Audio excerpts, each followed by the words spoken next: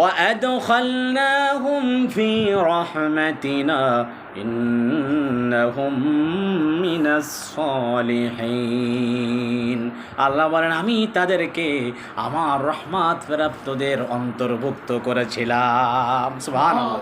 তারা ছিলেন সৎকর্ম পরায়ণ। সুবহানাল্লাহ। এই যে আল্লাহ তাআলা এখানে কি বললেন, আমি তাদেরকে, কাদেরকে? ইসমাইল, ইদ্রিস, ওয়াজাল কিফলি, মানে ইসমাইল নবী, ইদ্রিস আলাইহিস সালাতু ওয়াস সালাম নবী, এরকম যত নবীরা আসছে আল্লাহ তাআলা বলতেছেন যে আমি আমার রহমত প্রাপ্তদের অন্তর্ভুক্ত করে দিলাম। সুবহানাল্লাহ। রহমত প্রাপ্ত কারা? আমরা বারবার শুনি কথাটি। নিয়ামত প্রাপ্ত কারা? আল্লাহ তাআলার রহমত নিয়ামত প্রাপ্ত হলো 4 শ্রেণীর লোক। কয় শ্রেণীর লোক? মিনান নবিয়্যিন ওয়াস সিদ্দীকিন ওয়াশ শুহাদাই ওয়াস সালিহিন ওয়া হাসুনা উলাইকা রফিকা।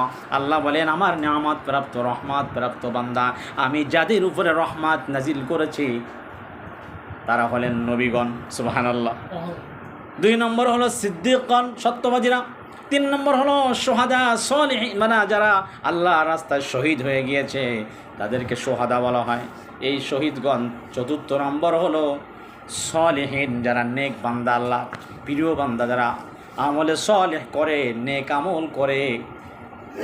এই 4 শ্রেণীর লোকদের উপর আমি আল্লাহ তাআলা রহমত নাজিল করেছি, আমি তাদেরকে নিয়ামত দান করেছি। আমার নিয়ামত প্রাপ্ত, আমার রহমত প্রাপ্ত বান্দা হলো এই 4 শ্রেণীর লোক। আমি আল্লাহ বলতেছি আমি তাদেরকে আমার রহমত প্রাপ্তদের অন্তর্ভুক্ত করেছিলাম। তারা ছিলেন সবাই সৎকর্ম পরায়ণ। সুবহানাল্লাহ। তারা সবাই কি সৎকর্মশীল ছিলেন, তারা আমলে সালেহ করতেন, ভালো কাজ করতেন, কখনো আল্লাহ বিরোধী কাজ করতেন না। আল্লাহ যেটা বলতেন ওইটাই তারা করতেন, আল্লাহ যেটা নিষেধ করতেন ওহির মাধ্যমে জানাই দিতেন। কারণ নবীরা ছিলেন মাসুম, বেগুনাহ। আল্লাহ তাআলা তাদেরকে দিয়া কি করেছেন, যখন যে কাজ করতে বলেছে, আদেশ দিয়েছেন, যখন সেটা নবীরা মেনে নিয়েছেন।